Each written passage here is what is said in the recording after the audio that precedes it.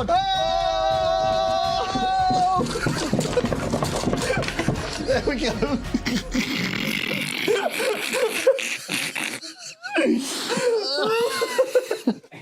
Wow, he bucked it all off. Oh, a buckaroo. Is this safe for kids? Lollip loves grinding so much she puts the grounds directly in the coffee cup. Apparently. Ew. Why would you call one Darmok? I'm so upset with you. Okay, Darmok and Jalad. Did we just go ahead and use it? Oh my god. Oh shit! Oh my god, everyone's really upset with us now. What? Why did everyone say no? What? What? Press B, press B, press B, press B. B, no, no, no, no!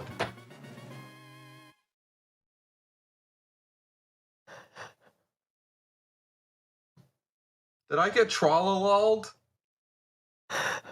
Who told me to use the Firestone? I got trollololed. No! I am the goblin. Okay. I am Right? the goblin. Yeah.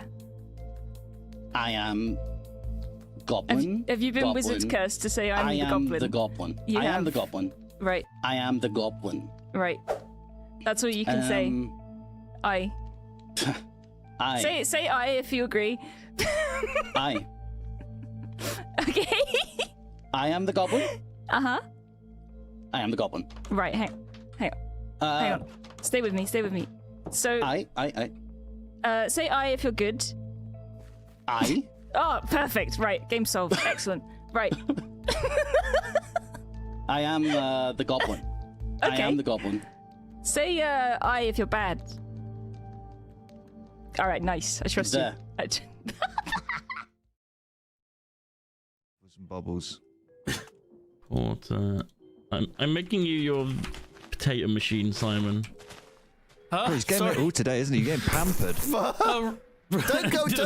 Don't be a crypto bro, dude. This ain't this is what no late. I think being into crypto is one of the least attractive things a man can be. Oh, someone's here! Someone's here! Who the fuck is this? It's Auntie Zork the Hams! catfish. I literally got catfished by an actual literal catfish. What the hell? Wait, leave They the have the ribbons face- alone. They have a face of a catfish. What are they doing? They're stealing Well, Dave! No! They've got Dave! Dave! Yeah! Not what you They've got thought I would Dave! look like. You fallen victim to Zork, Lord of the Catfish. You thought we were done with this, but it's far from over. Your poor little Princess Dave is the property of the Catfish clan, and No! I've come to take what is mine. I can't catch up. Zork's really fast. Zork is so fucking fuck you, Simon. You fucking got his catfish. That direction. Oh my god. Wait, if you put stuff in our eyes, why can I see that? Those are our intelligent contact lenses. Holy shit. Yeah. They wouldn't be invented for another 30 years. But we got them now because we're special forces. Yeah. But that also means they're prototypes, so we probably go blind. Oh, yeah, they're going to really hurt us. We're not living past 40. But what, well. 40 years, am I right? It's been great. Watch out for those trees, man. You're flying awfully low. I know you like those trees. Upside down! That's insane! Oh, God! Guys, I think we have to take this one on foot. Get out, get out. The blades Somehow we're okay! Honestly, I didn't know they could do that. What the fuck? Oh, shit. Team Honeydew. How are we doing? Hello. How's it going? We're okay. Yes. It's not going as well, but that's okay. We're just having a good time. That's nice. I think you've been playing really well thus far. You got a bucket in your hand. What are you doing, Kirsty? I have a bucket. I want to find lava. Oh, okay. I was underground getting iron, but Bree killed me, which was sad. Oh, that is really sad. That's really sad. Where are you looking for It was lava? really sad. I don't know. I've just made a bucket upstairs. Where I was from the initially- overworld. Upstairs. All right. Okay. Upstairs, yeah. So I guess maybe I'll dig down and see if I can find some lava. This is a horrible spawn, by the way. Thanks. Yeah, Nick. sorry you're about welcome. that. I thought it was a cool seed. I think that's... No, it fucking sucks. Yeah.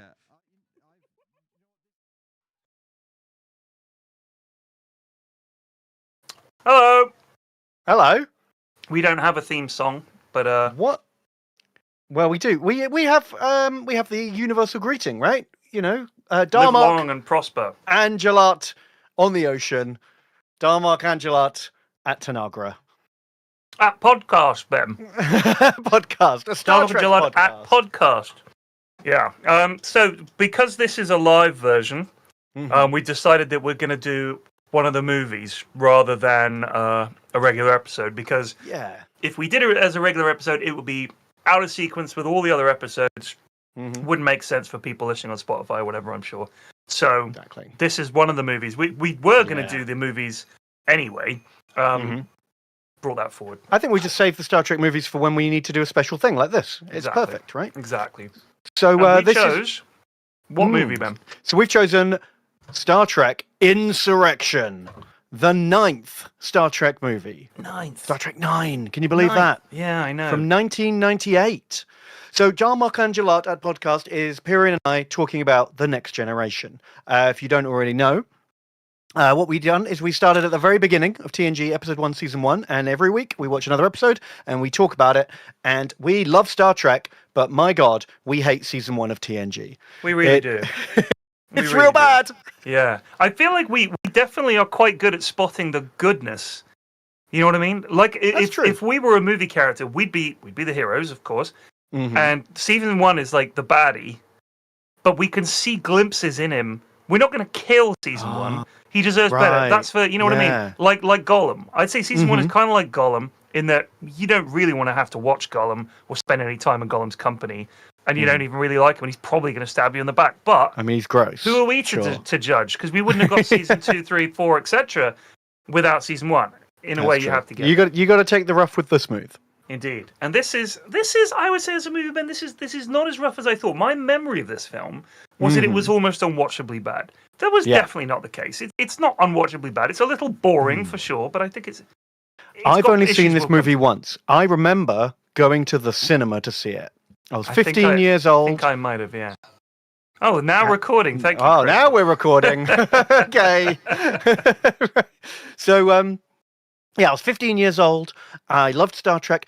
TNG had finished at this point, but Voyager and Deep Space Nine were both still on TV. They were both current and hadn't finished yet. So Star Trek was kind of still peak. It was still peak 90s Star Trek when this movie came out. And we're hot off the heels of First Contact. The last Star Trek movie came out 2 years before, which was a banger. Was you it? know? Yeah. Was it? That's where they fight the Borg.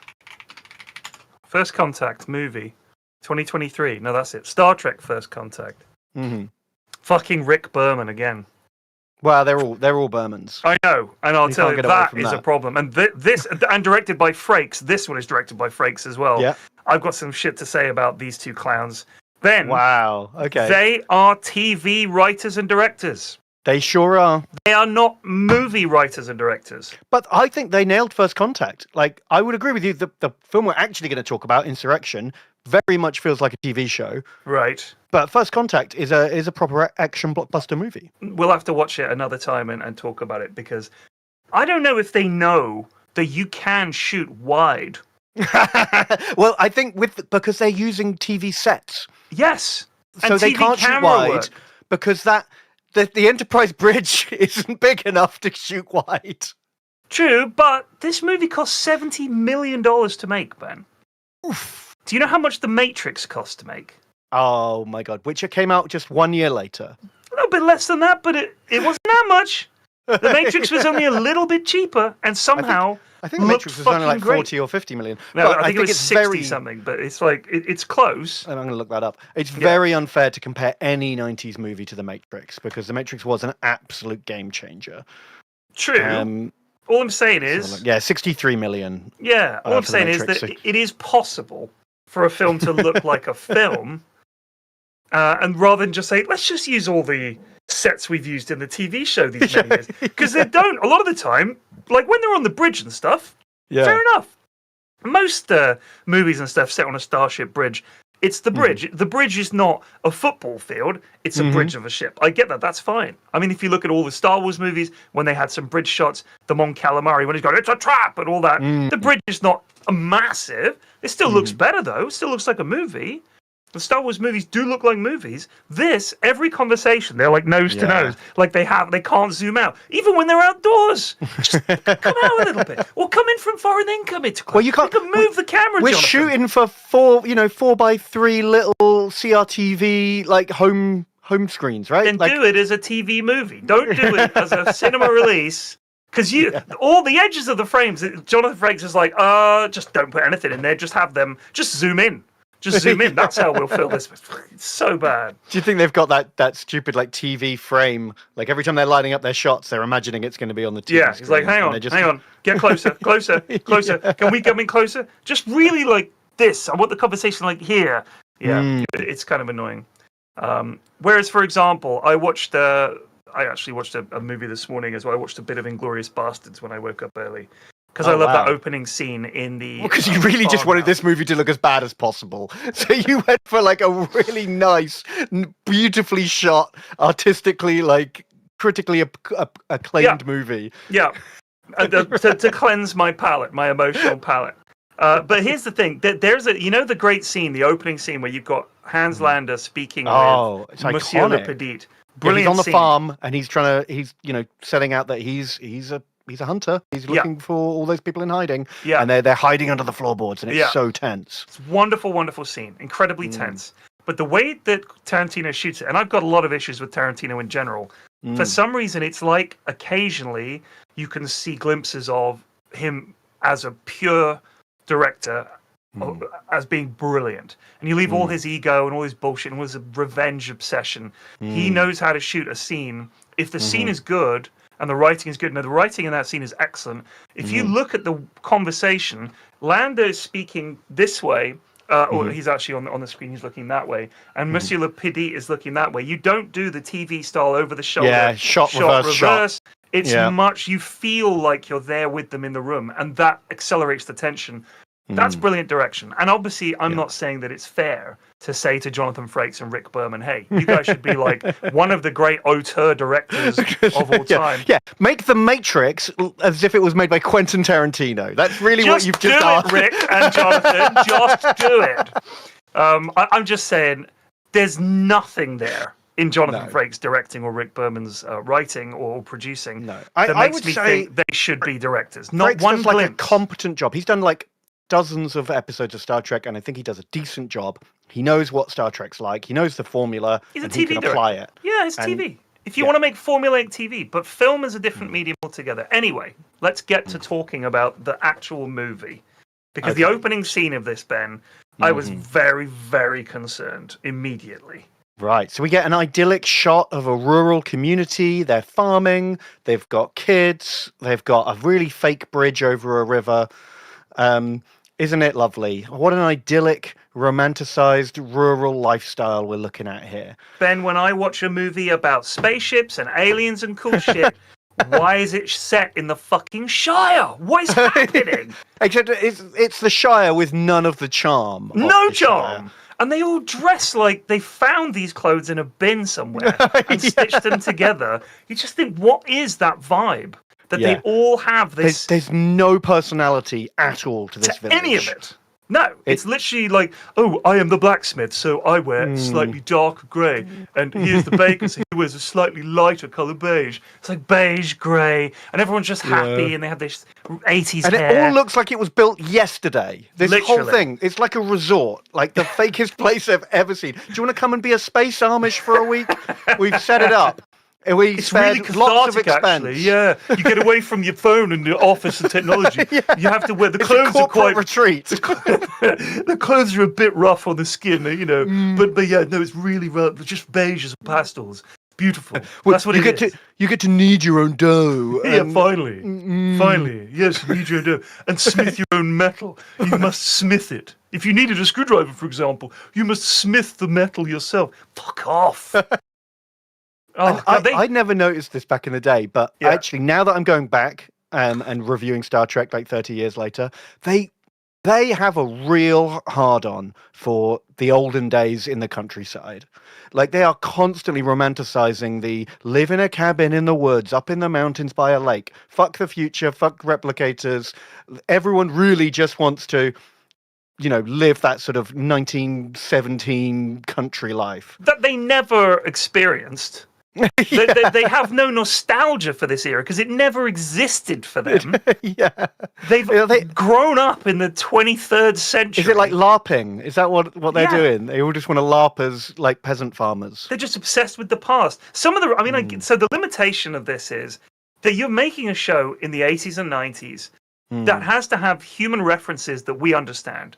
Yes. Now, it would be fun to say, like, oh God, this reminds me of that book, Globo 4, and you'd be like, the fuck is Globo 4? They sometimes drop that in, and it always makes me laugh when they're But like, one of the great composers, like Mozart of Earth or Glorbon of Spagulon. Oh, Glorbon, so good. The poor man. Of course, we never talk about what happened to Glorbon. You're like, what happened to Glorbon? Like, this is interesting. I at least want to know more. But yeah, the fact that they reminisce about an era that they have no experience of, the equivalent would be me saying, you know what I miss? The way that we lived in 1720. It's like, no, you don't miss that. You don't really even know what it looked like.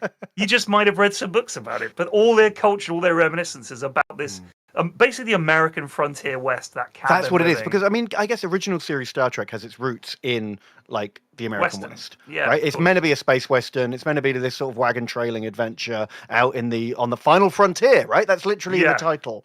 That's what it's all about. They're harking back to because Westerns were really big back then. Yeah. And loads of Westerns on TV as well. Like, it's still got that baggage, right? It's still trying to like harken back to this idealized like version of American West. Yeah. So, exactly. Carhack says it's very cottagecore trad influencer who actually has a whole team behind the scenes. That is what it feels like for sure. Oh man! So this idyllic countryside. Don't worry, the beige nightmare is over because we've now got men in red suits. We find out that there's some kind of Federation partnership where the Federation are teaming up with some very sketchy aliens with like botched skin jobs and Botox. Yes. Who are secretly spying on the farming community, and they've got guys in red suits that are cloaked, so you can see them through the monitor. When they walk past the monitor, you can see the red suit, and then they disappear when they go off the monitor because they're completely invisible. Why they need to be that close, I don't know. Oh, we find out later. Oh, really? It is important. They need a very accurate, one-to-one scan of everything in this village. Which we'll find out later why. Yes, of course. They need to get it perfect. I did think it was a bit weird that everyone was on board with this idea, because obviously the scheme will come to. But if I'm selling this to the Federation, which they had to, because this was Federation money built this thing, along with these aliens that they know, whose skin is like, stretched like that. If you've seen the movie Brazil, do you remember Brazil, the Terry Gilliam movie? I've not seen it for a long time, but it's wild. I remember. Great movie. His Lowry, the main character, his mother in that has a facelift that is like that, and her skin is pinned in place by these things to sort of, it's very silly, but they're very, they're aging. Their skin just cracks occasionally out of nowhere. F. Murray Abraham is the titular baddie. It's good visual shorthand, I suppose, for decadent, sketchy future people. Is to like.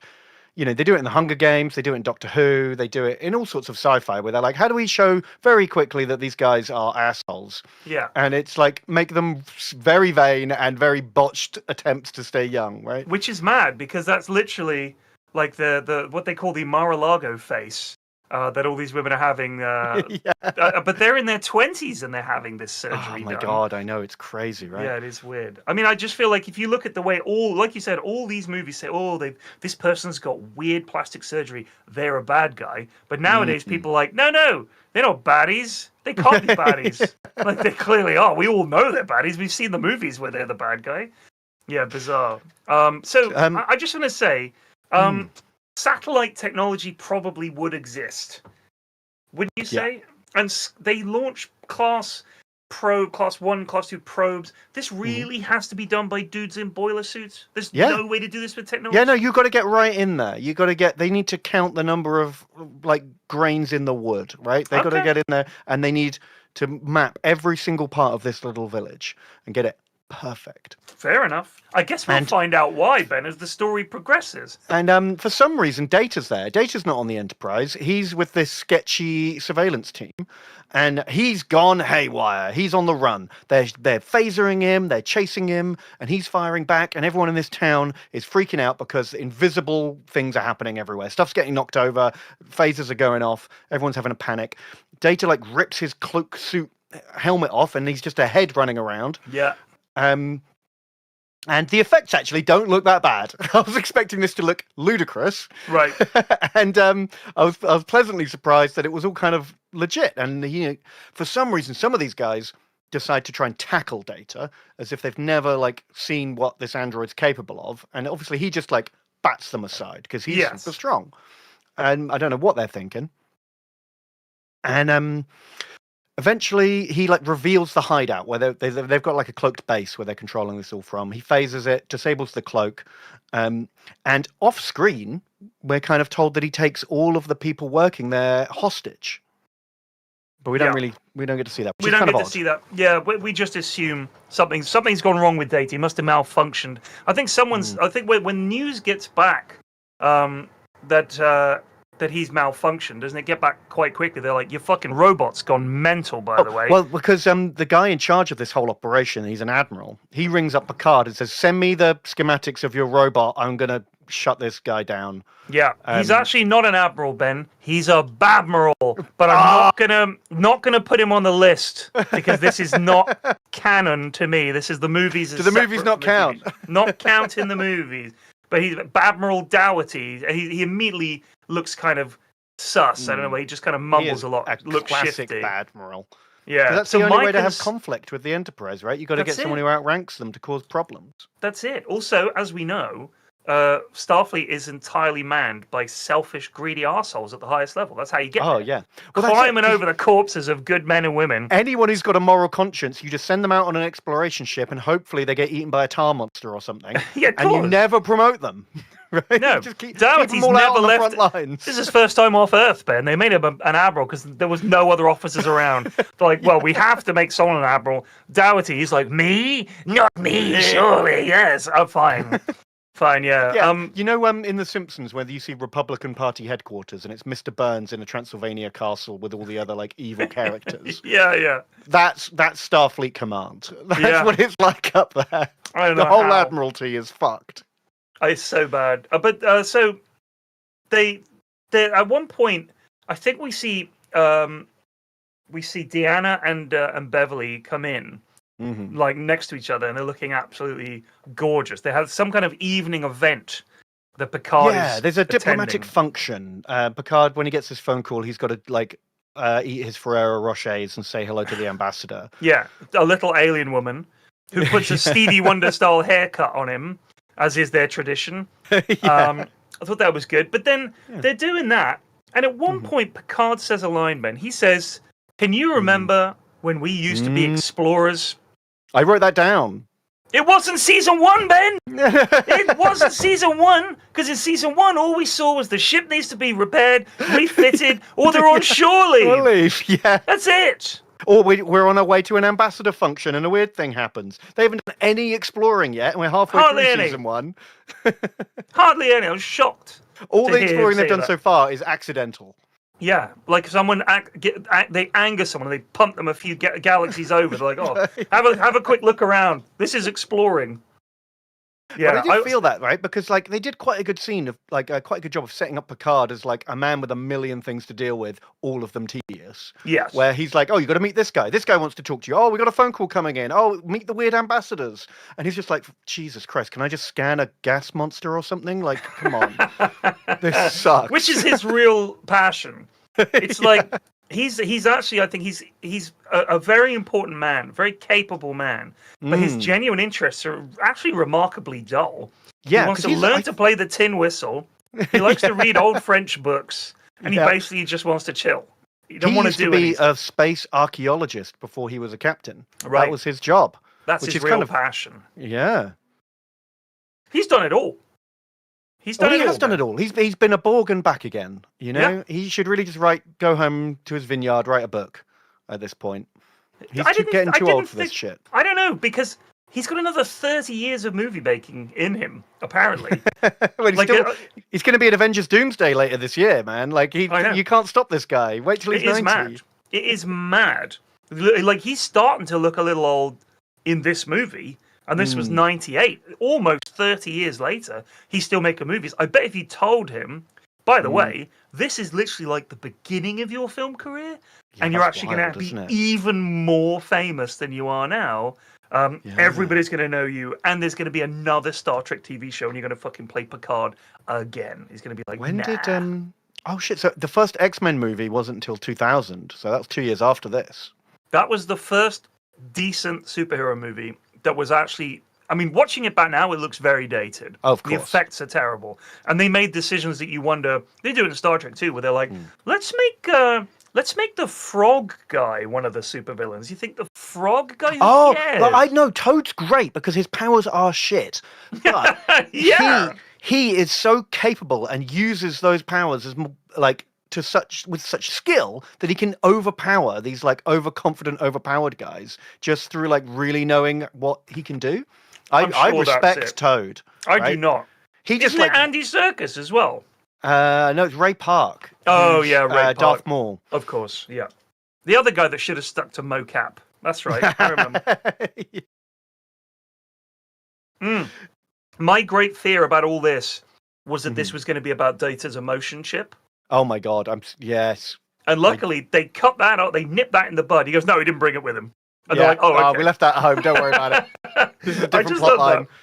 Data's packing. Should I bring my emotion chip? No, I'll leave it. And I'll tell Geordie I left it. Geordie, I left the emotion chip at home. Okay. That kind of implies that he'd been like overusing it, and Geordie had had a chat with him and been like, "Data, look, come on, man, you've been emotioning pretty hard. Like, you took annoying. 3 days shore leave and didn't leave your fucking quarters. I think you just take a week off, man. Leave it in a box. Leave it with me. I'll hold on to it. I'll watch you can have it back. Yeah.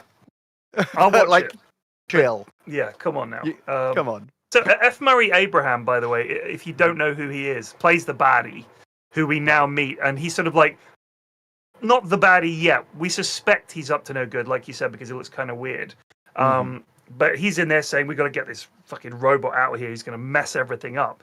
Do you know what other films he's been in? Did you recognize? I didn't look him up. No, is he famous? Yes, so he's been in loads of movies. To give you two examples. Have you seen Scarface? Yeah, of course. So he was in that, and he is the guy that goes down to meet the big drug baron that only wears white, whose name evades me. He was with Tony Montana. He was the one who goes, "We got to talk to Frank," and he's like, "I'll keep this guy on ice for you, huh? You go back and talk to Frank." And he was the guy that they dangled out of a helicopter, and then threw him down to his death. That was him. And also, he was in the movie Amadeus, The Life of Mozart. He played Salieri, the sort of rival composer to Mozart in that, along with like a bunch of other things. So yeah, he's. Well, you could. He had a lot of gravitas to him, so I could tell he was probably like a theatre actor. He won an Oscar. He won an Oscar for Amadeus. Yes. We got so Oscars he won an Oscar in Star Trek. Yeah. I mean, so his performance is fine. I mean, he's a good actor, but with all the makeup, I think he does well enough as a villain. I certainly believed him. Yeah, I believed him. Yeah. There's a bit where he gets real upset and just sort of starts having a tantrum, and like a blood vessel bursts out of his forehead. I enjoyed that. That was really good. Yeah, that was good. But then when the Data escapes, there's a green screen effect of him flying directly towards the camera. I don't know if you saw it. Yeah. They did the same exact effect in Lord of the Rings, Fellowship of the Ring, when Gandalf escapes from Saruman's tower. And you remember, the moth comes over, and then he just jumps off. He's like, YOLO, lands on the eagle. What they do is they take a long-range shot, and they just zoom in as it comes closer. It looks so bad. They do the same thing with this. It's like a flat 2D shot. It's like if you're playing a game that's in 3D and suddenly a 2D sprite like they used to be in Doom pops up and it just gets bigger towards you. That is what this effect looked like. And I hate those effects so much. And that was like, this is 1998 all over again. Bad CGI. Oh, because this is one of the first Star Trek movies where basically everything is CGI. They don't use the models at all because...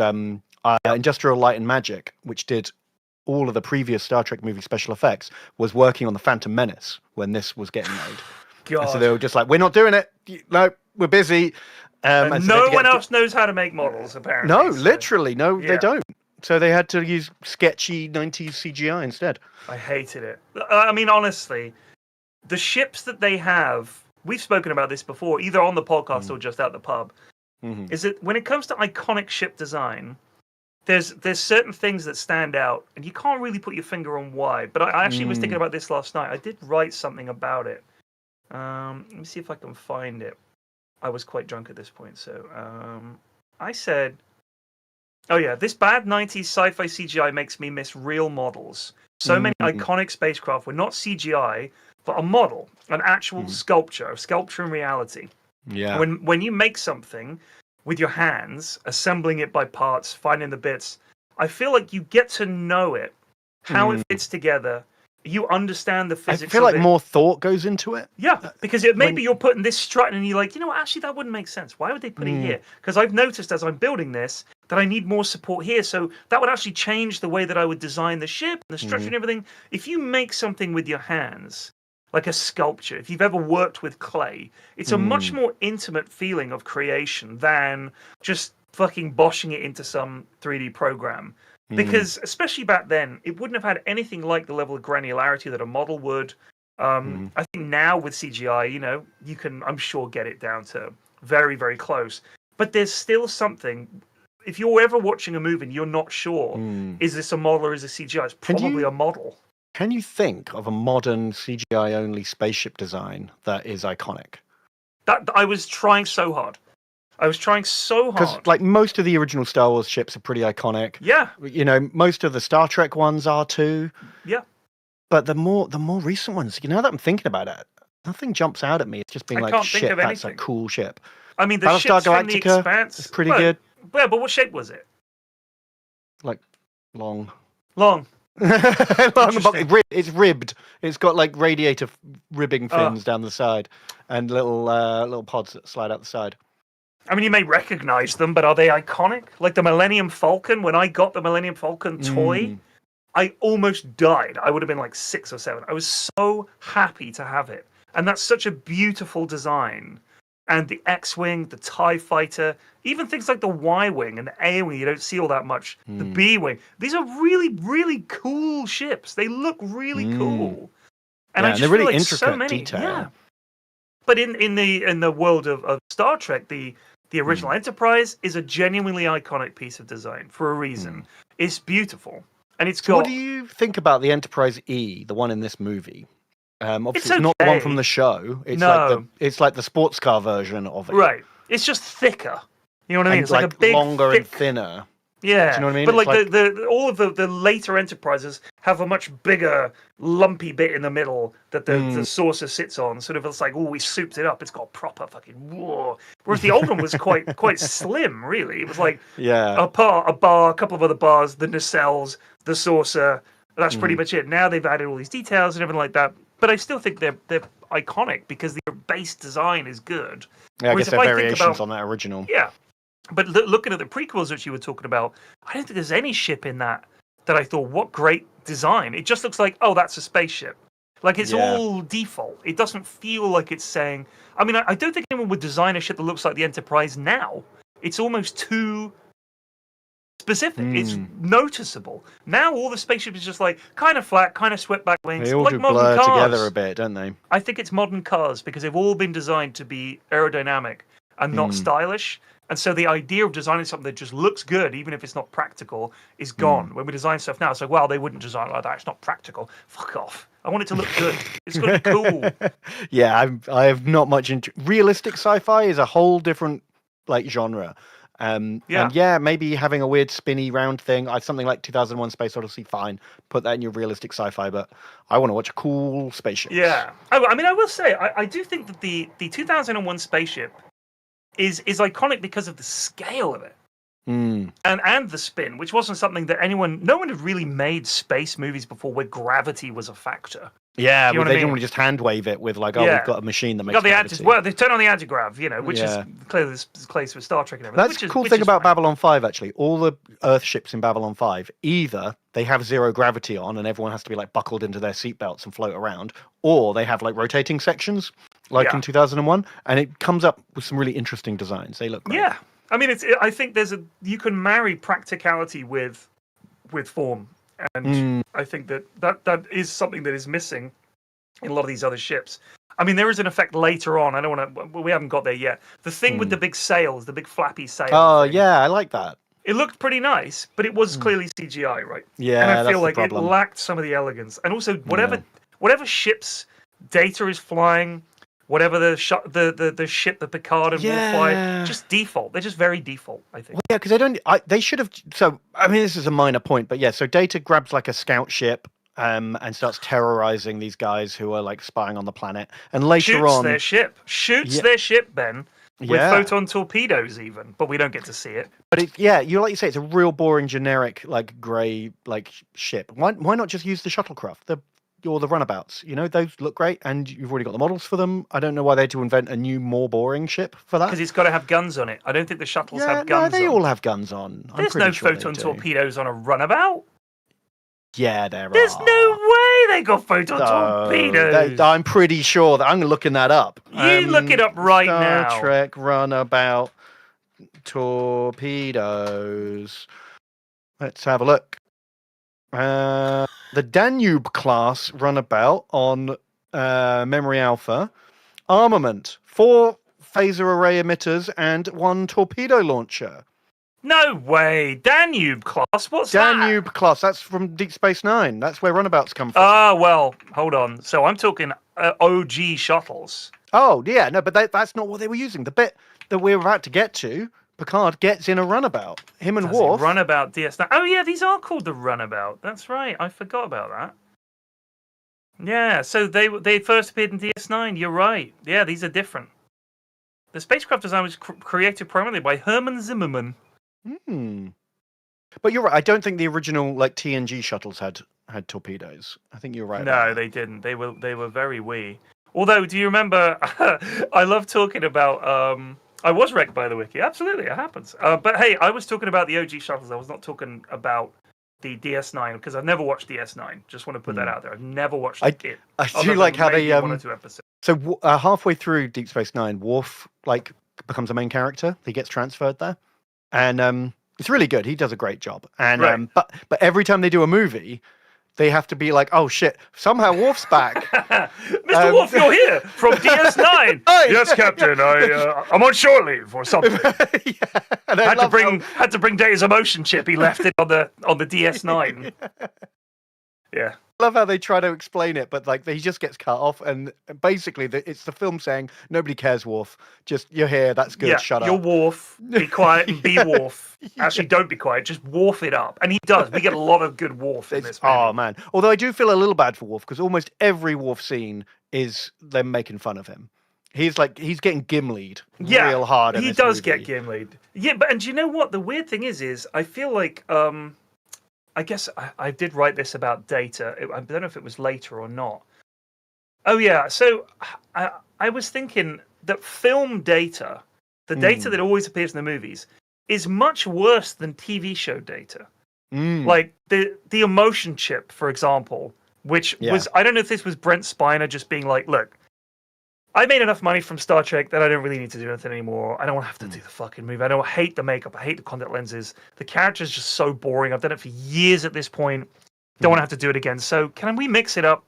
Can I show some of my range a little bit? And in this, he sings, of course.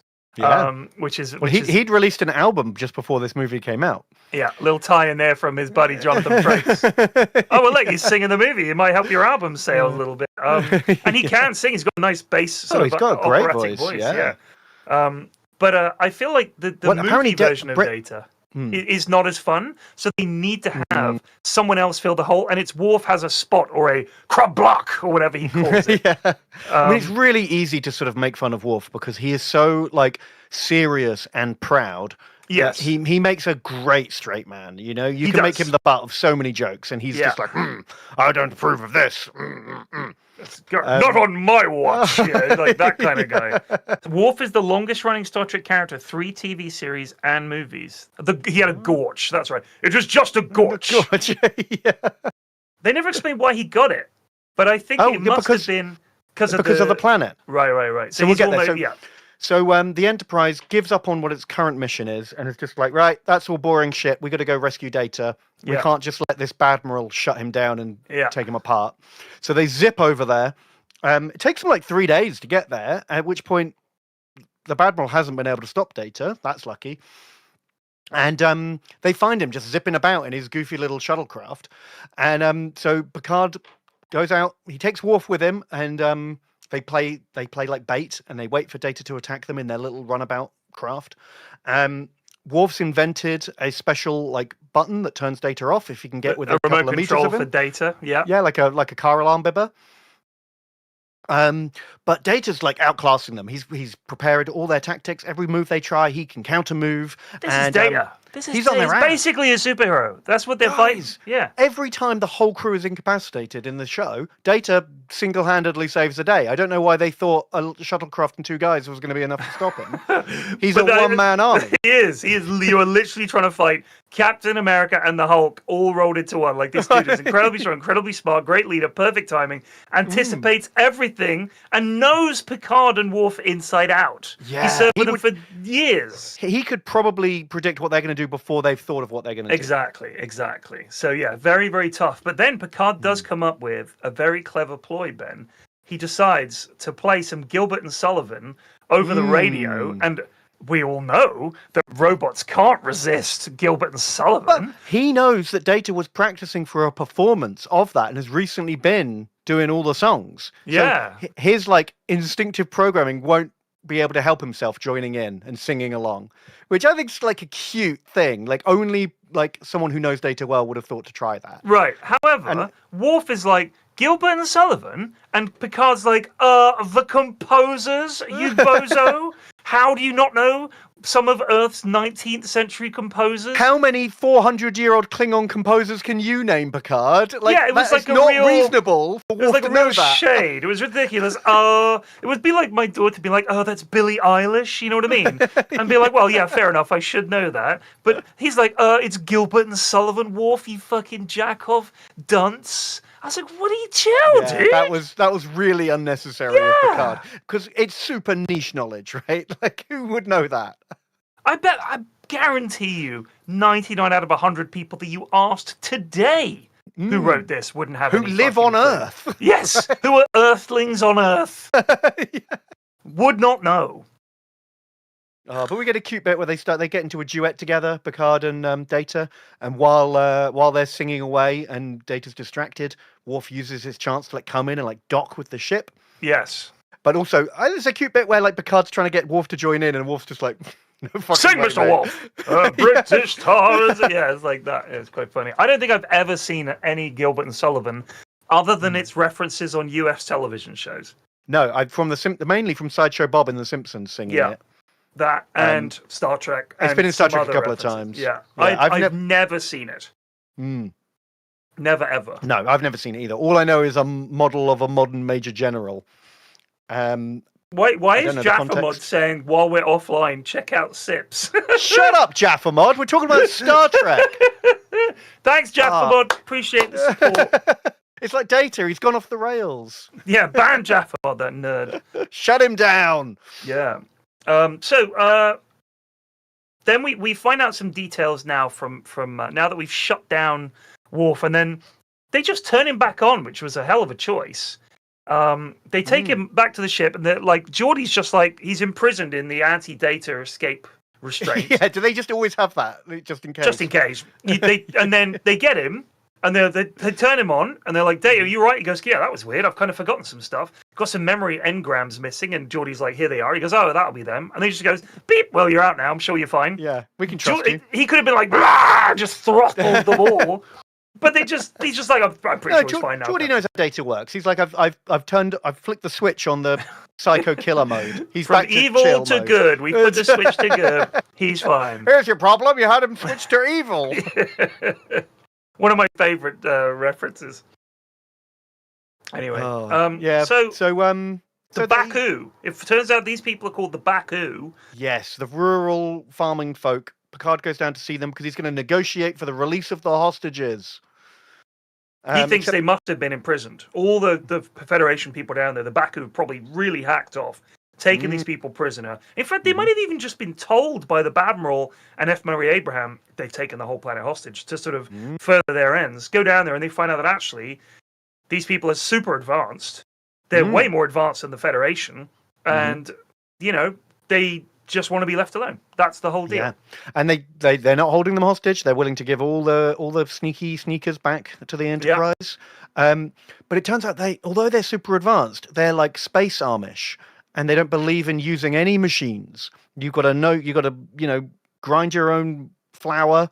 You got to bake your own bread, and if you use a machine to do a job for you, then fuck you. It's their whole philosophy. I have so many problems with this. So, as a philosophy, so this is not the whole planet, just to be clear. No, there are only 600 people living in this village, and that is the only people living on this entire planet. It's not their home world. No. It's just like a little group of like colonists who set up here because no one lived here. They were like, we are sick to death of all this high technology. We're no longer really connected to anything. We want to feel the connection of working the earth and making our own terrible clothes and cutting our own hair. I have a big bone to pick with the hairdressers of Star Trek. Okay? Yeah. I want to know, who was it that sucked whom's penis to ensure that they became the hairdresser for the entire run of Star Trek from way back until now? This is award-winning hairdressing, we have learned, remember, from episode 5 or whatever it was. I cannot believe it. Because every man has a bouffant, slightly fluffed up bouffant, slicked back, and every woman has big 80s hair. Yeah. They all have big 80s 10 hair. years too late. It's 1998. Can we update the fashion a little bit? All the makeup and the hair still looks like we're watching Dynasty or Dallas or something. I don't understand it. Everyone has a certain very dated look. Not just to their clothes, but to the makeup and the hair and everything. And it makes it feel like old telly rather than a movie on the cusp of the millennium, Ben. That's my biggest problem. There's no aesthetic to any of this. No. It's all lit very flat. All the clothes are very boring. The hair is very 80s. Yeah, and it's not just the hair, like you say. It's the makeup, it's the clothes, it's the sets. Like, the Baku could not be less interesting if you tried. No. Like, this is how I would design them if I wanted them to be completely ignored. Yeah, they are a forgotten part of the movie. Like, they are dressed up as if they are not important or interesting at all. But they are absolutely central to this story. Like, you need to care about these people for what's about to happen next. And I couldn't give a shit about them. No. All I know is that they like to make their own bread and make their own clothes. And that's it. And they're sort of a bit preachy. You and your technology, maybe you're depending on a little too much. It's like, all right, fuck off. We're actually more advanced by being less advanced. Yeah, well, you're not advanced enough to have any kind of security on your planet. We were able to come down here, and while you were asleep, we built an invisible shed. We've been watching you for weeks. How advanced are you, by the way? You've got no defenses whatsoever. Yeah. As we find out later, they really probably should have some. Yeah, well, they're hanging out in this part of the space that the Federation calls the Briar Patch. It's some kind of weird spatial anomaly that you can't communicate through, you can't use warp drive through. You've got to drive for like 2 or 3 days through this like maelstrom to get to this planet. Yeah. It's like the arse end of nowhere. And I guess that's what they were hoping was going to keep them safe, right? Like no one was ever going to bother going into this like awful bit of space. But here's my thing, Ben. That also means you're extremely cut off from help. You could die in the darkness like the Atreides. You know what I mean? The Harkonnen could just turn up and bomb you to oblivion and no one's going to know. Being in this remote place, to me, cut off from help, you can't even communicate. Like you said, you can't even communicate. Can't even say, please help us. You're stuck. You're just like, we'll make do with sticks and stones. It's good enough for our ancestors. We don't need some cool shield or any kind of sensors or an emergency plan. We'll just go and rough it. It's like, but your entire life depends on not being discovered and not having anything worth getting And if there's one thing I know about Star Trek universe, all the good shit is in places like the Briar Patch, and all the aliens know that too. They might come sniffing around. Well, yeah, because all the easy to get stuff's already been snaffled up by everyone, right? There's probably some boring... Ferengi have got it all. Some Ferengi. Well, there's some hopeless Federation colonists living on that planet already, dying in their droves. Yeah. So I thought they might want something, but yeah, whatever. But don't get too excited by these incredibly boring space Amish, because we're going to get distracted by the B plot that goes nowhere, which is Riker's feeling horny for Deanna Troi. Weird. Like, I relate very much to this motive, right? I'm a big fan of Deanna Troi. And I did think there were some quite sweet moments, because you can tell they're good mates. They were cute together, I'll give them that.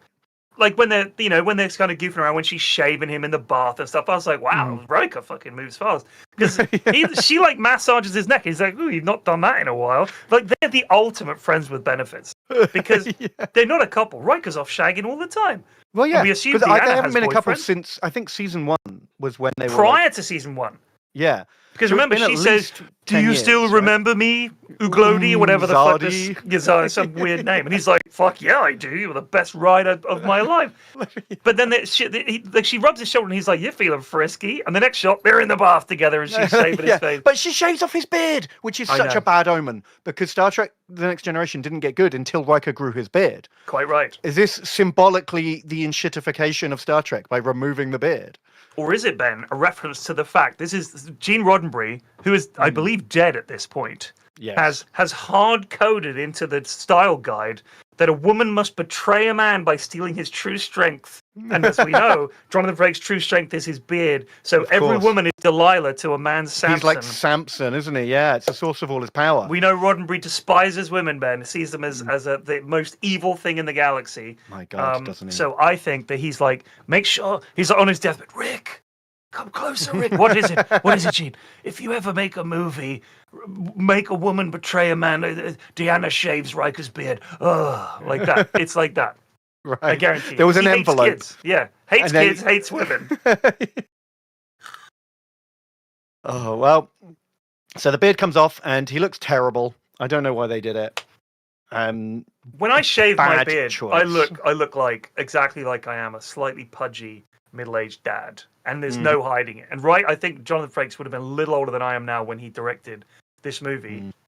You get to a certain age, you probably should have some hair on your face, unless you're ripped and in great shape. I think if you've got an incredible jaw, like Jean-Luc Picard. I mean, I think he looks fucking great. Apparently, there's one scene in the trivia I read where they had to go back and reshoot a scene he had a beard in that scene, and obviously he'd already shaved it by that point because it was a reshoot. So at one point, he's wearing a wig beard in this movie. Because, okay. But I didn't notice it. I didn't notice it. Very good. Very good. It's the bit where they're on the bridge, and Picard tells them, like, you go become experts on these weird aliens we've met with the plastic surgery. Yes. That's fake beard. I see. Yeah, it looked fine, I think. I did see an Instagram reel a while back. I don't know if it was from a podcast or whether it was the commentary track for Insurrection, because Jonathan Frakes directed it, and I don't know how young people in chat are. We're talking about Star Trek, and it's the Yogs, so probably not young. They, the way they used to have the commentary track. So instead of just a main audio track, you'd switch to commentary track, and it'll be the director and maybe one of the other actors or two of the actors talking about the movie as it plays out. Always tons of fun. If it was a good movie, I loved it. Any of the John Carpenter ones, if you get the chance. The Thing, the commentary track on The Thing is... It's John less common Carpenter. these days. Like it's really like a 90s, early 2000s thing. Any movie made before that or after that, it's so hard to get commentary. Because it was a way to shift the DVDs.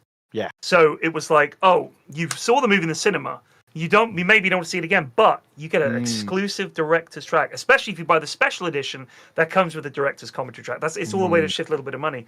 I don't know if they exist on Netflix because you can select audio tracks. I don't know if they do. Why can't I select the director's commentary track? I think they should. I think they should make a comeback. They're really good. There's always really interesting. Well, not always.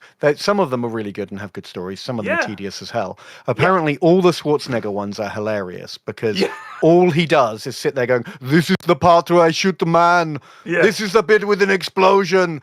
Oh, look at that. Kaboom! Kaboom! I got him. I shot him in the face. Oh, look at that! I look so big here. I was huge. Look at my arms are so big. Like, yeah, that was it. But like Kurt Russell and John Carpenter watching The Thing was amazing because they obviously Kurt Russell probably hadn't seen the movie for years when they did I bet this. it was like a 30-year edition re-release or something. Oh like yeah. that. And all you can hear is empty bottles clanking as he's just drinking beer and he's just laughing his head off saying, oh my God, I love this guy. Working with him was so great. What a great guy. Yeah, it was really, that's what, if you get the chance, listen to that one. But so it might have been the commentary for this movie, but I saw a reel. I couldn't find it. I did try to save it. Something about this scene with the lake where Data wades into the water to figure out what the hell's going on. Because we've got the big reveal coming up, of course. Well, that's right. Yeah, so they're supposed to leave here, but Picard doesn't want to leave until they find out why Data went evil. So they backtrack his last steps. They go to a lake where they find a cloaked holodeck ship lurking in the lake. And when they go in, weird. It's like just a holodeck. Yeah. It's like the holodeck is now so ubiquitous that they need to have ones that you can fly around in space in. I honestly thought, did they just figure out that you should have a way to jettison the holodeck?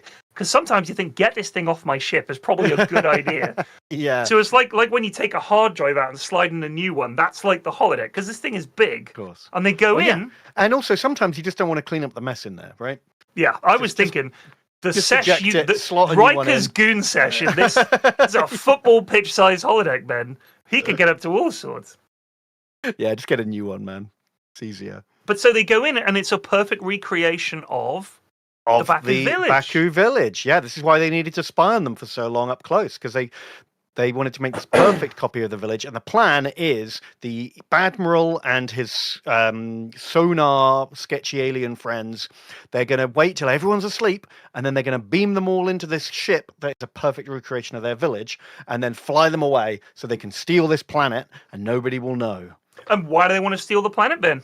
Oh, well, it turns out the planet is magic and has some kind of radiation that means you never get old. And in fact, you youngify.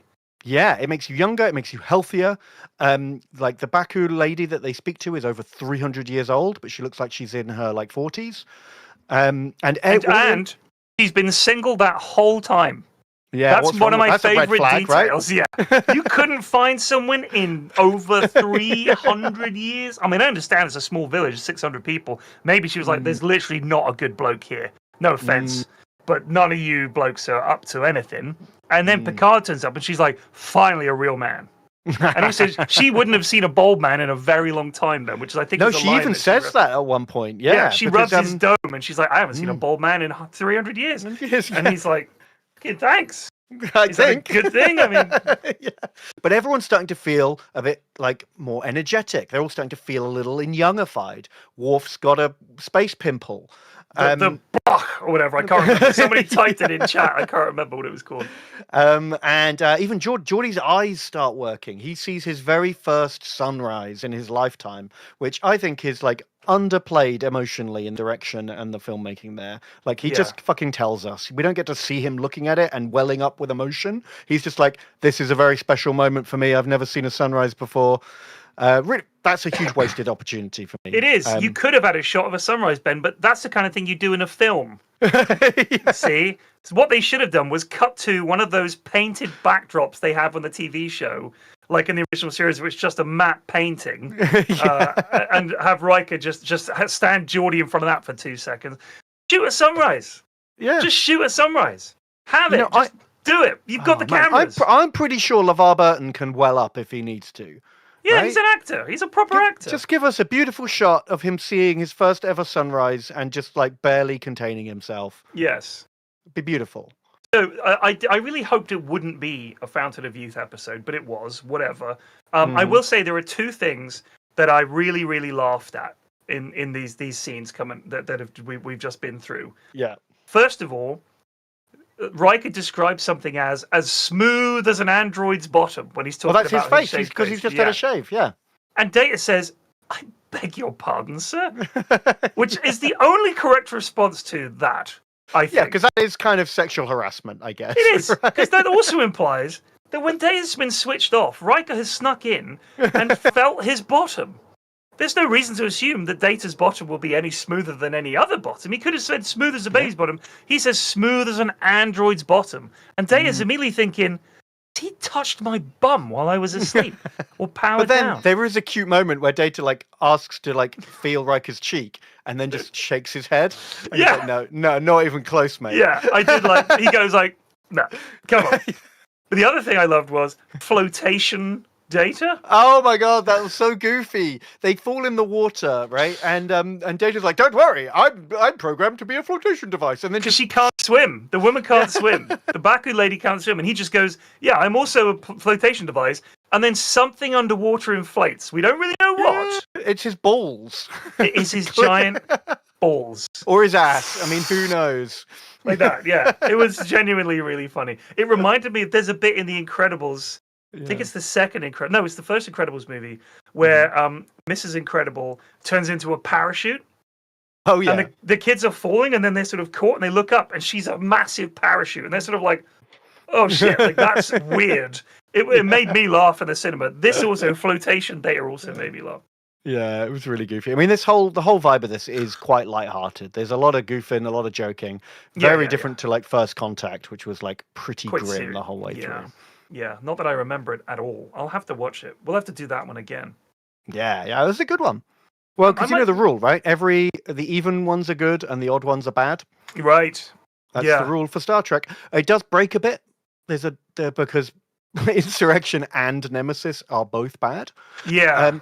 But then it restarts and works again. So all you do is you slot Galaxy Quest in between the two bad TNGs, which did come out in between those movies, and then it fixes the timeline. You just have to make Galaxy Quest canon, and then it's good. The rule holds. I was going to say, if we don't do that, you could just say that when the rule breaks, you stop making movies in that universe. Which is what they did. They're like, all right, new timeline, back-to-back shit movies, start over from scratch, tear it all down. I'm just watching the trailer for First Contact, and I vaguely remember. Is this the one where Data says, "Oh shit"? Yeah. No, that's Generations. That's the one before when they crash. Because there's one with I do remember this. Oh yeah, it's got lore in it as well. Lots of fighting. All right. No, there's no lore. But Data does turn bad for a bit. Oh, that's right. He's got like a weird face. Okay, carry on. Yeah, they give him skin. The most Star Trek the motion picture is your favorite? All right. Dude, wow. Sure, all sorts, I guess. All right. So, by the way, when Picard is down on the planet, there's a blanket. He's doing a tour of the village with the lady. Oh yeah, and he's like, "This is beautiful craftsmanship. Great, what an amazing blanket." It looks like shit. Yeah. You could buy a better blanket than that and say, "We made this," and he'd be like, "Wow, that's incredible." He said, "It looks like something your kids would make. It really does." And then she's like all smugly like, "Oh, actually, that was made by a student. It's one of our worst blankets, actually." Yeah. That's as bad as it gets, you idiot. We don't use all your fancy computers that make perfect, excellent blankets. We knock them up ourselves, and apparently it's even better than a computer. We spent 50 years learning how to be shit at making blankets, actually. Top that. When it was talking about sunrise, it reminded me of something that my youngest always says. She doesn't like sunrises or sunsets. I was like, "What do you mean?" She's like, "I just think they're boring. Like, you don't look and see the beauty of a sunrise or a sunset and think, wow, that's beautiful." She goes, "It's just the sky being a different color. Who cares?"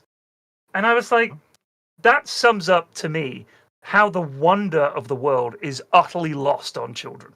I really think it is. I think kids people think, the wonder of childhood, the discovery of the world. Nah, you could be next to the most stunning sunset or an iPad. They're going to choose the iPad. You could take a kid to go see, I don't know, you could take them to the Louvre and show them like the most amazing masterworks of all time, and they're not going to appreciate it. Like they're just not ready for that. And that, fair enough. Don't do it. Wait till they're older. I know, but it really made me sad when she said she doesn't really like sunsets. I was just like, oh my god, I can't. And she will. Yeah, true. You gotta appreciate. So I will say this: when the revelation comes out. There's an argument between Picard and Admiral Dougherty where they're talking about why he's doing this. He says, look, this is only 600 people in a shit village living a really boring life. This technology, if we can harness it, will change the lives of, he says billions. trillions of life forms throughout I mean, the there galaxy. are presumably hundreds of planets in the Federation, each Yeah. with billions on them, right? Yeah, and then you've got all of these people out there in all these worlds, all these zones, as a diplomatic gesture to help unify the galaxy, to say, look, we don't want war anymore. Here's We a will cure for share every with you disease. every disease. Your life will be longer. You'll be happy. You'll be healthier. We can all live and be happy and prosper. And Picard's like, yeah, but the Prime Directive, though. And this guy's like, but this is a game changer. This is like if the secret to eternal life almost. I mean, and I we're can just see like, Picard's nah. point that, like, you could probably work out a nicer way of doing this other than abducting an entire village and relocating them against their will. But I'm they sure won't you could, do like, it. They but will never move. They haven't fucking asked. Oh, you know they'll say no. They'll say, no, we really like our Fountain of Youth planet far away from everyone. It's like, I'm sure you do, but equally, this is kind of crazy levels of technology. You could maybe share it. But There is a Next Generation episode where a colony lives on a planet and another alien race is like, that's our planet, actually. We were just, it's in our space. You fucked up. You settled the wrong planet. And they have to, like, negotiate and try and get the colonists to leave. And they won't leave. And the episode is resolved by Data destroying their air purifier so that they have to leave. But those are just colonists, Ben. And as we know... Oh, are these fucking nerds? They didn't grow... This isn't their planet. That's true. And you know the other thing? Does the Prime Directive apply to civilizations that are more advanced than yours? Well, that's what the Badmiral says. He says, these people understand warp travel, and this isn't their planet. The Prime Directive doesn't apply. And I think technically he's right. Like, it's kind of using the letter of the law to defeat the spirit of the law. It's a tricky one, because, I mean, Picard gives a great moral speech about, like, how many people do you have to murder before it's immoral? Yeah, which is an excellent... That is a conversation over question right there. He's like, it's only 600. All right, what if it was 700? Yeah. What if it was 1,000? What if it was a million? And it's like, well, okay. All right, yeah, you got me. I mean, essentially what you're saying is the weight of the justice towards these 600 people, or eternal life planet, right? The Fountain of Youth. What's this? How does the scale tip? I mean, they are being kind of greedy. They are hogging the Fountain of Youth. Like, I want a taste of it. Why can't we all have a taste of Turn it into a holiday planet where you come there. They only need this little bit.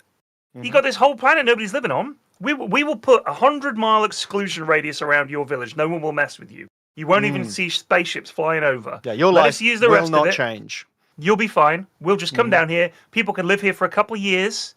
They'll de-age, get cured of everything, and they go back about their lives. What do you say? And in doing so, we'll be able to bring you medicine you no doubt need because you've abandoned technology.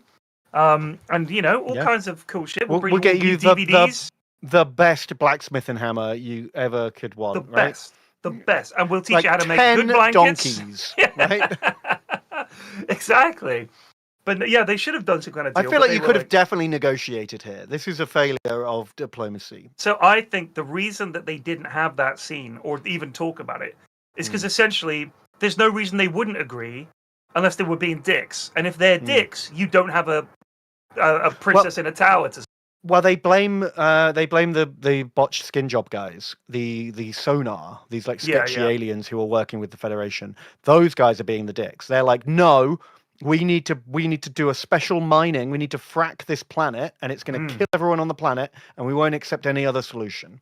That's what forces it into a conflict because they will not negotiate. They're all dying of some kind of disease that they don't explain. Yeah, and apparently, if just living on the planet won't cure them quickly enough. And they're like, no, we're going to frack they need to like refine it almost and inject it directly into their bodies. That's right. I was starting to flag a little bit on my attention span at this point. Well, yeah, because that's one of the key problems with this thing. It's basically an episode stretched to double the length, and it really lags. The pacing is fucked, and the middle of this movie is really boring. And it's not helped by the fact that Baku, who are they're the MacGuffin. They're the thing Picard wants to protect. Yeah. And they're deeply unlikable and boring. And I don't care if they live or die. No, well, no, that's the problem. Also, so Jean-Luc does what every single Starfleet captain seems to do when the admirals tell them no. They go, well, I'm going to fucking steal my ship, get my most loyal crew members, get into my casual gear, and just fuck off into space, and you can't stop me.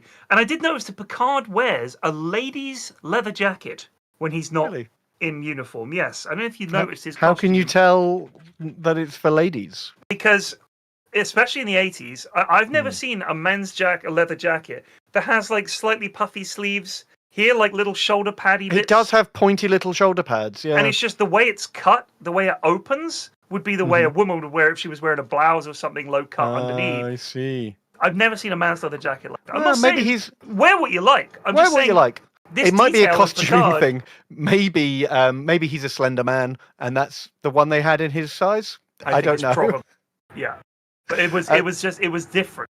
Like I feel like, and also with that really high cut neckline, it looks odd because Yeah. it draws attention to those shoulders. It's Yes. it's bad. It's a bad costume. Is what I'm going to say. It It's doesn't bad fit in well at costume. all. Doesn't look good. Not at all. And at this point, I paused to go to the toilet, and I noticed that there are still 50 minutes left of this movie. Yeah, this is where I went and took a break and made some lunch, and I was just like, Jesus Christ. There is speaking of costumes though, there's a dumb bit where Picard's going to go on a solo adventure. He's stocking up a shuttle with like bombs and rifles, and he's like, I'm going to protect this woman I'm in love with now because I've got reckless youth hormones are kicking in.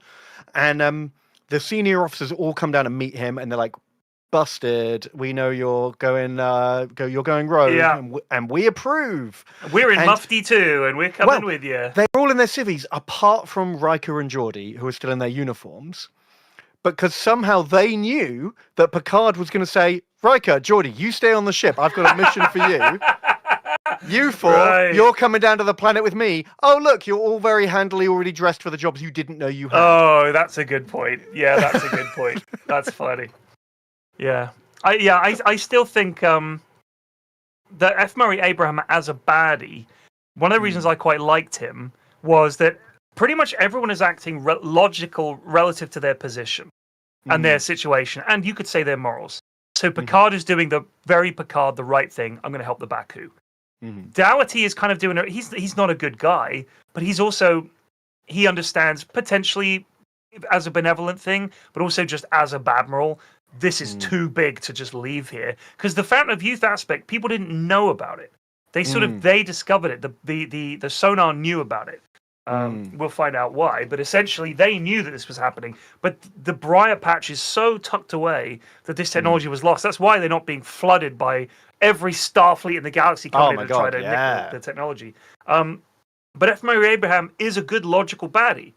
Like the decisions he makes make sense within his morality, as twisted as it is. He doesn't just go, kill them all! He's like, no, we're doing this because I'm dying and I want to save my people. So it does make sense. Absolutely. So the sonar, the bad guys, they just like lose their rag at this point. They're okay, no more trying to sneak these people onto the holodeck. We're just going to start beaming them up and moving them off this planet. So Picard and the crew, they set up anti-teleport thingies, and they start running off into the mountains, because the mountains have got like magic, like sensor scrambling minerals in them.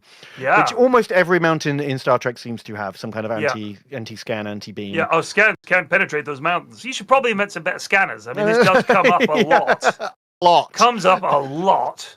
I also want to make a point. The word boobs was said by Deanna Troi to Beverly Crusher. She said, have you noticed your boobs are firmer? And I immediately looked, and then they cut to another scene. I was like, shit! But they're just about to have this conversation where I can get on board. They could compare firmness of bosoms, and they move on.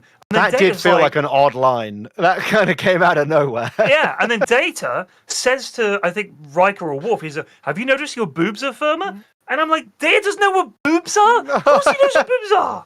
This is ridiculous! Data's like understanding of like human conversation is like up and down. It's so weird. It is insane what he does and doesn't know about how conversations work. But Ben, how can he anticipate every move that Picard would make as if he knows his mind? But as we saw in an episode the other week that we were watching, doesn't know what sneezing is, doesn't know what people do, doesn't know what boobs are. It's like, what the fuck are you reading? Read an anatomy book on human anatomy. But he can sing the HMS Pinafore. Knows all the words of that. Like, what on earth? So, do you know about Brer Rabbit, by the way? Which is a No. reference. So, the Briar Patch is a reference to Brer Rabbit. Growing up in the States, this was something that I had books about Brer Rabbit. He was a character that a lot of people knew. Brer Rabbit was an African folk character, a rabbit. It's short for Brother Rabbit. That came about during the slave era, when Africans would tell their folklore stories, obviously, but a slightly Americanized version throughout the Caribbean and all that. Anywhere with the slaves, a lot of those folk traditions came with those people, as of course they would, because they weren't involved in the folklore of their owners. Right. They had their own folk stuff. You know what I mean? It's not Okay, like people said, yeah. "Here, we'll teach you all our folklore." They were like, "Just get back to work." So all their folk stories that they told, Brer Rabbit was one of them, and Disney made it into a film called Song of the South. Oh my god, I've heard that is no longer on Disney Plus because it's mega racist. It is unbelievable. I've never seen it. I would have seen it when I was a kid because it was on TV, and this was like the 70s and 80s. So I remember growing up with Brer Rabbit and seeing Brer Rabbit and having an understanding of him and everything.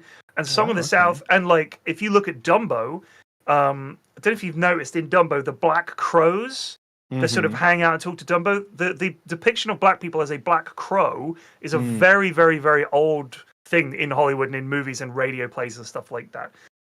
So Song of the South is exactly out of that same mold. So it made me laugh when Riker references it. I'm thinking, yeah, I didn't. There's a bit where he says, "Time to use the Briar Patch the way Brer Rabbit did." Right. And I just didn't know what that meant at all. Right, and I'm like, anyone who wasn't American of a certain age probably wouldn't know. I'm sure if you were a black American, maybe you'd grown up understanding Brer Rabbit. Maybe your parents had told you about it. It's a kind of a big part of black folklore. But does anyone else? Like, I just found it was a weird reference to make, to call it the Briar, but it's a very, very, very dated reference. Also made me think, did Rick Berman and Jonathan Frakes have an appreciation for the inherent racism of Song of the South? Or was this like, oh, let's do like Brer Rabbit, that was so, I love Song of the South. It just made me think that conversation stopped at Brer Rabbit's great, Song of the South is great, never got into the problematic side of it. It really made me laugh. Yeah, absolutely. They didn't consider that at all, I'm sure. Yeah. But yeah, I guess it's a bit like, because that happens a fair bit in the TNG, especially the first season, which we've been watching recently, with the bit where they're talking about like Yankee traders and all these other kind of like now fairly obscure American references that like I've never heard of. Yeah. But again, like you said, why are they always pining for this frontier in the West? I honestly think that the almost entirely men, but some women who are writing this show are real fans of just American history and American lore, if you like. And there's probably a lot of people who became writers who studied, the first thing they studied was like American literature, right? Yeah, and they wrote and then westerns. they become screenwriters. Yeah. But given this opportunity, why is the crew pretty much all Americans? And why is there referencing still American stuff? I think it's for American audiences, isn't it, primarily? Is it? You don't think they were intending to sell this to everyone around the world? All the backstories are pretty much, a lot of the references of, like you said, so specifically American. Like Brer Deep Rabbit Space Nine, and Yankee Traders. they have this constant on-running theme of baseball in Deep Space Nine. Like the commander of the station is like a big baseball fan, and they have whole episodes where they go on the holodeck and play baseball. I love baseball, so those might be some good episodes for you. That is funny. Yeah, that's interesting. Yeah. So technically Picard is French, played by an Englishman. Yeah, which is fun. I said it was funny that they had this potential to say you would have this very international crew, and you would have people from all over the galaxy who were members of the Federation in there. And you know what the thing is, in the more recent Star Treks, that is definitely the way they do it, but it kind of falls down because it almost feels like it's trying so hard to say, look at this mass diaspora of people, but there's almost no connection between them because of it. It's weird. Yeah, it's a fine line, I think. Well, anyway. I guess it's a product of its time, right? Like the people who are writing stuff in the 80s, like they were born in the 50s and the 40s, or earlier. Right? Or earlier, right? Or even the 30s. They're basically like boomers or they're super boomers, right? They might even be Greatest Generation. Some of them might even be the Silent Generation. Then. Exactly. So they're going to have much stronger connection to that like point in time in American history. Yeah, true. Than the modern people ever will. So where are we getting at here? Like they're having a big fight. They're in the caves. Yeah, They're so trying they're to get getting to the caves. Yeah, so the bad guys deploy drones which shoot little tags that like let you beam through you can lock onto the tag and beam the person up. And so I think that's kind of a fun idea. All these like drones spitting darts at you, and then as soon as you get hit, you just get beamed away. Yeah, I like that. That was pretty cool. And they have a battle. They shoot some of them down. Worf whips out a bazooka out of nowhere, which looks dumb as hell. I don't know why that's any better than just a phaser. But and also clubs one of them to death with a rifle butt, which I quite like. I will say the only one who actually looks like they know how to use a rifle is Worf. Everyone else just sort of fires it like this. Like you're hoovering a window, hoovering a cobweb. Wolf's got the stock in his shoulder. Yeah, he's up here, he's looking down range, he's got his eyes on a target, he's focused. The rest of them are just like, pew, pew, pew, pew, pew. Have you ever held a gun before? Come on. Yeah, it was kind of lame. So the escape plan, so whilst this is happening, Riker has to get out of the briar patch, being chased by two of these sonar vessels. Yeah, he's got to carry the message back to Starfleet and say, sketchy shit's going on, guys. Like, Doty's ab Admiral, Doty's ab Admiral, code red, Doty's ab Admiral, come and help us at the briar patch, they're trying to kill us all. I didn't his escape plan is to try and run away and then jettison their warp core. Well, they have to because the sonar have fired a illegal banned subspace bomb at them, right? Which apparently is going to destroy the ship in one shot. That's why we did an international treaty to never use them. Yeah. The only way to do it is to like detonate the warp core and cripple your own ship to survive. And the whole time I was just thinking, fuck! It's a good thing the Borg never tried to use those. Well, did the Borg sign the treaty? They signed the treaty, Ben, and there's one thing the Borg does, it sticks to its word. That's exactly right. Did the Dominion agree not to use these guns? Absolutely. We banned them at the Khitomer 2 Accords. They were banned at the Khitomer Accords, Ben. Jesus. There's so many enemies that would have no morals in Star Trek who would happily use like illegal weaponry. But luckily they've never come up before. Don't come up. Or they're honourable baddies, in all honesty. So I will say two things. First of all, the cave looks like a TOS set.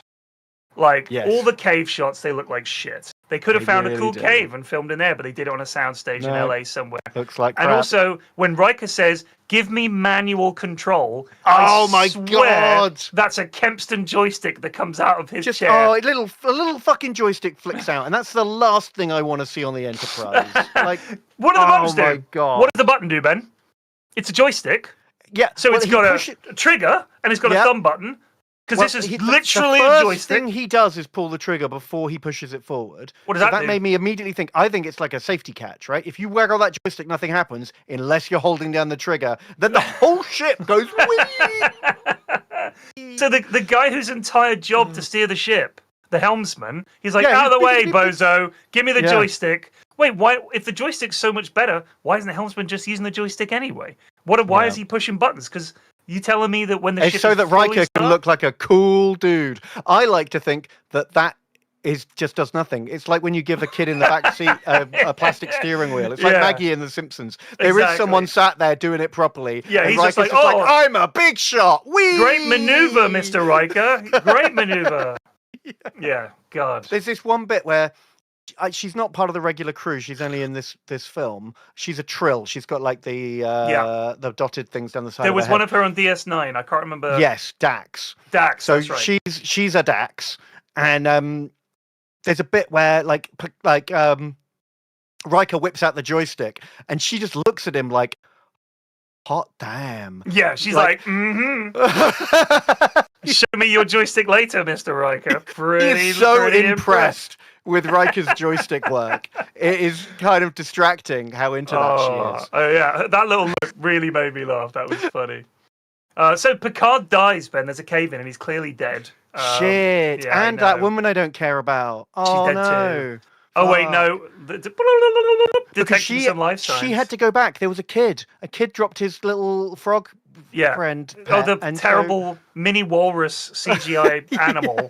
Looks like absolute arse. Shit, really shit. The only reference to it is, the kid likes it. That's it. Like I thought it was going to bite him and poison him or something, and they would be like, "Don't play with the indigenous animals on this planet." We've told you a million times. It's radiated to fuck. They've all also. Do all the animals live forever on this planet? How does that ecosystem work? I mean, if my cat lives forever, we're all in trouble. My cat is not a good cat.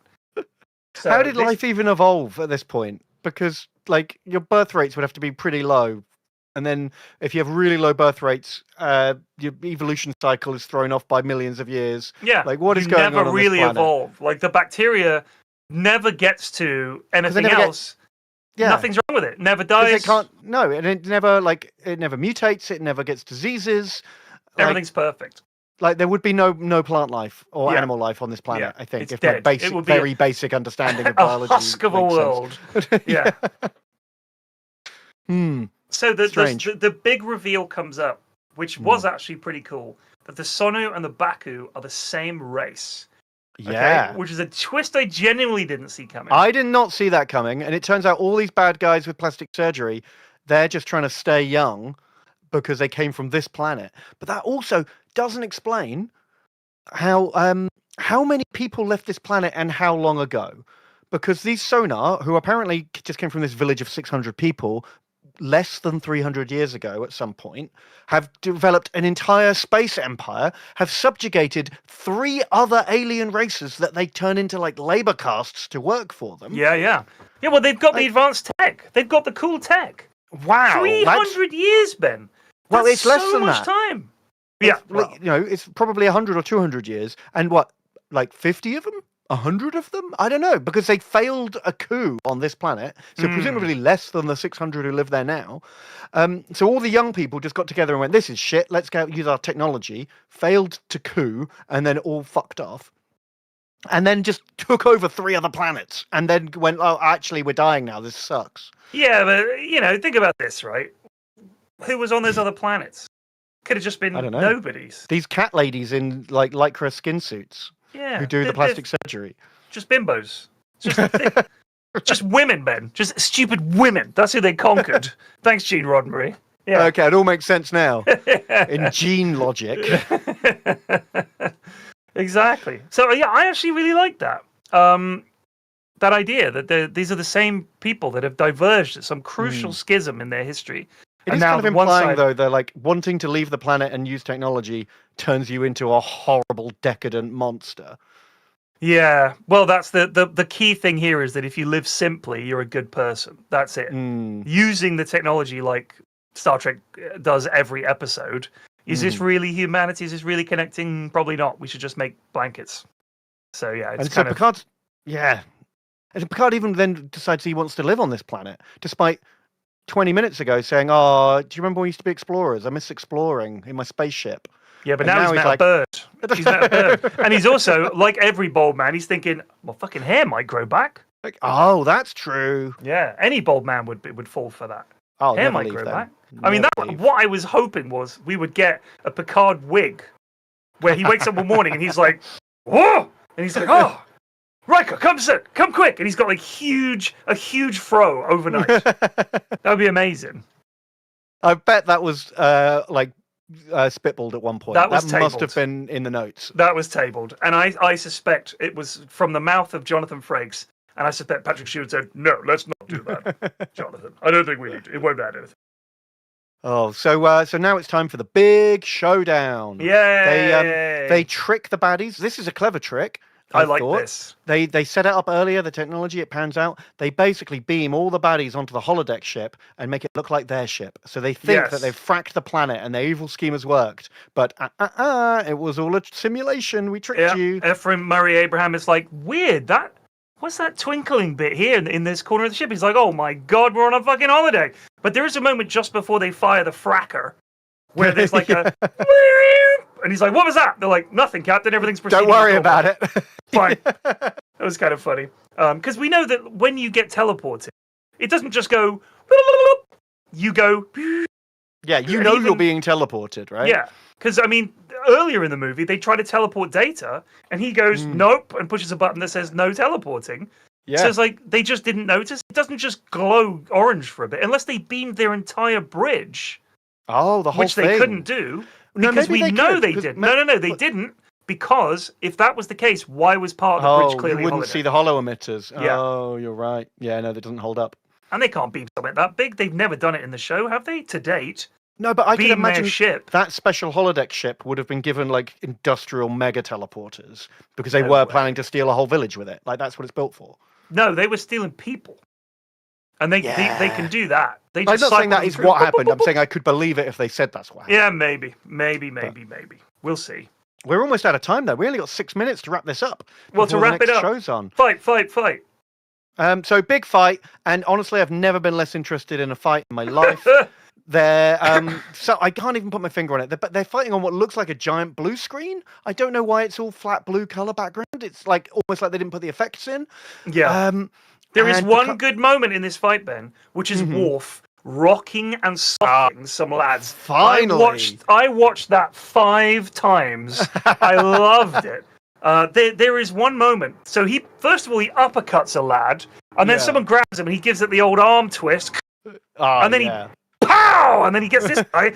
Pow! I loved it. If you watch it, there's a moment where they literally make the bone crunch noise, like really loud, just when he punches a guy. So you can imagine his teeth flying out. I was like, fucking yes, Worf absolutely rock'em sock'em. It was so good. You don't often get to see Worf cut loose, but watching him take out like 12 dudes is pretty satisfying. This is him in his element. This is the orc boarding party that Worf is leading. Just getting in the raw, like a chainsaw in one hand and a bolt gun in the other, like Worf just piling in there, just kicking ass. I loved it. The highlight of the whole film. It was. It was really the Picard fight that I was not interested in, where he's like climbing up a scaffold and like missing shots. Like just going, mew. Oh, climb a ladder a bit. Oh no, mew. Another shot, like boring. And then they beam him out just as the whole shebang blows up, and the guy gives a no, and the villain is defeated. Apparently there was an alternate. The original ending had him like hit by his own mining particles and rapidly de-aged to death. In like a really graphic scene. But they apparently test audiences thought it wasn't like a bad enough ending for the guy, so they reshot it and like exploded him instead.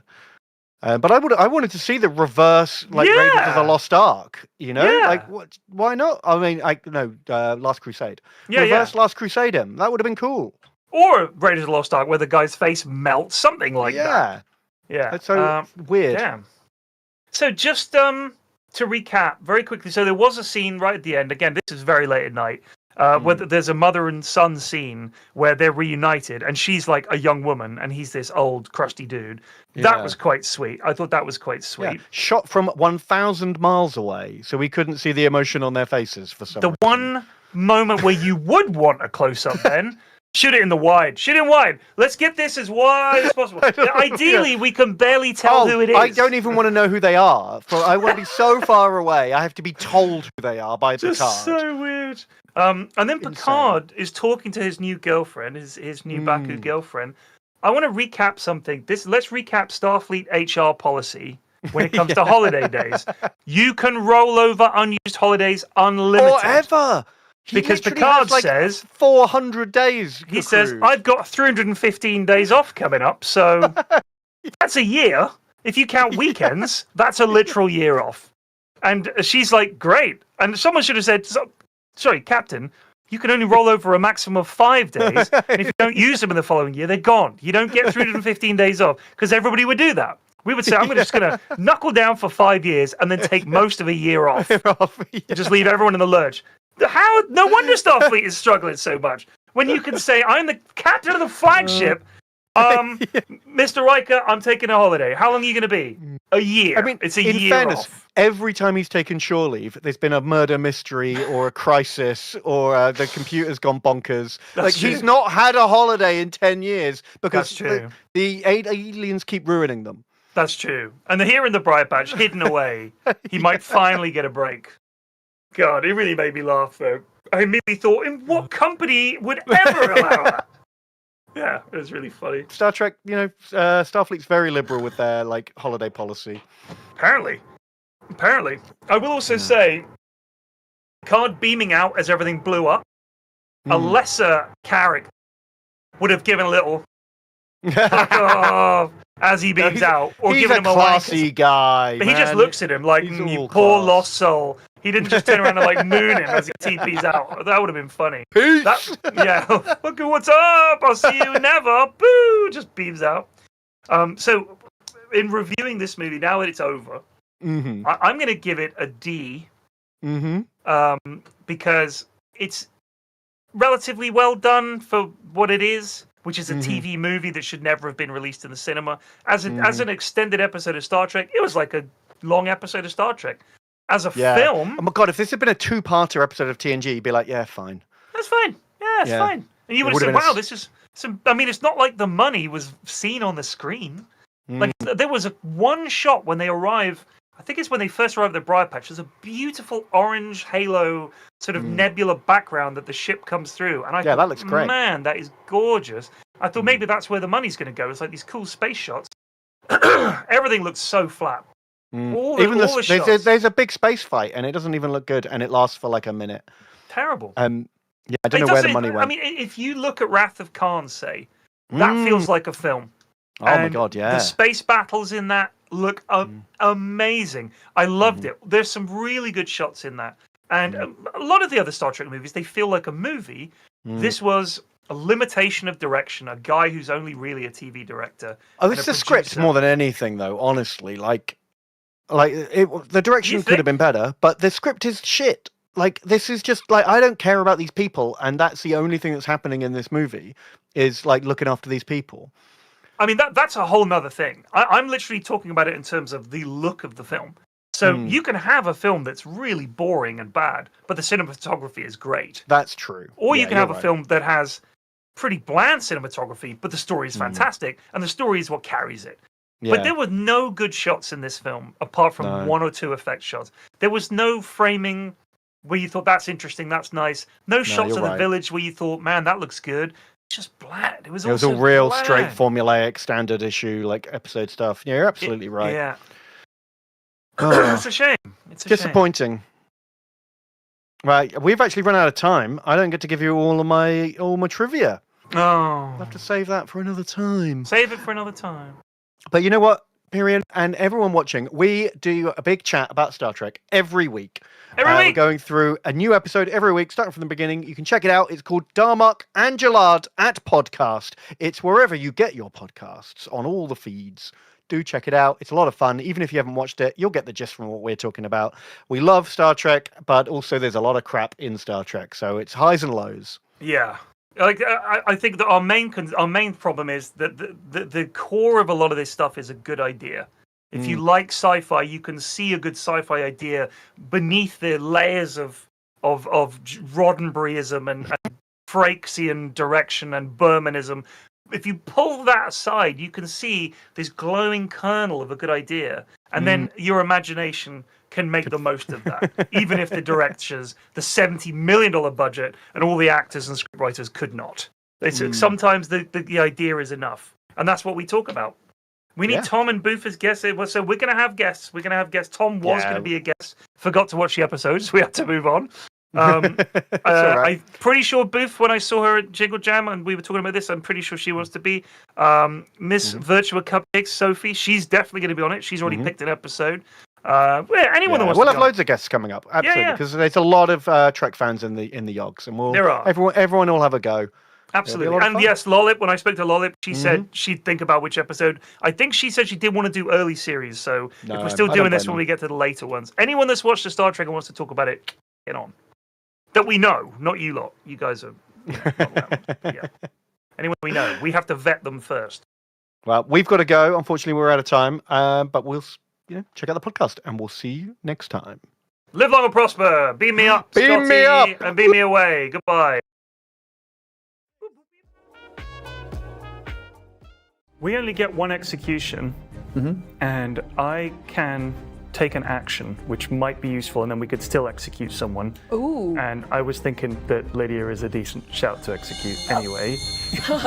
Wait. I don't think that Boba is bad.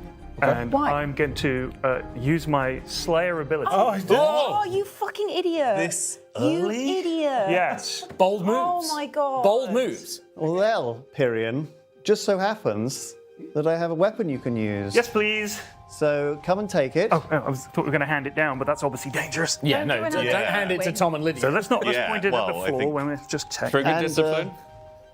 I would like you. I'm in between the target. You're already dead. To point and shoot at your target. Good morning, good morning. Little Trot, come out to play. Oh no, you're dead! Am I actually dead? You're dead! Am I actually dead? Yes, you're see-through. Oh, piss and chips. Can't believe it. Will someone have died this eve? Anyone died? Good Anyone morning. Oh, bloody. He's dead! Oh my Oh, straight away. Rippy Rooney. Straight away. Sherlock Hughes has been killed in the night. There is a demon. I told you, and you didn't do anything about it. My death is on your hands. Your blood, your hands are stained red. You have 5 minutes to figure it out. Good luck. Who did it? Who did it? Oh, just say. Just say who did it. Just say. Oh no. Who did it? And you, contestant 2, what food gets you absolutely fucking raring to go? Ooh, well, there's a place that I love to go to, Barnston's Barbecue Bust Out, and they do the biggest 20-ounce porterhouse steak you can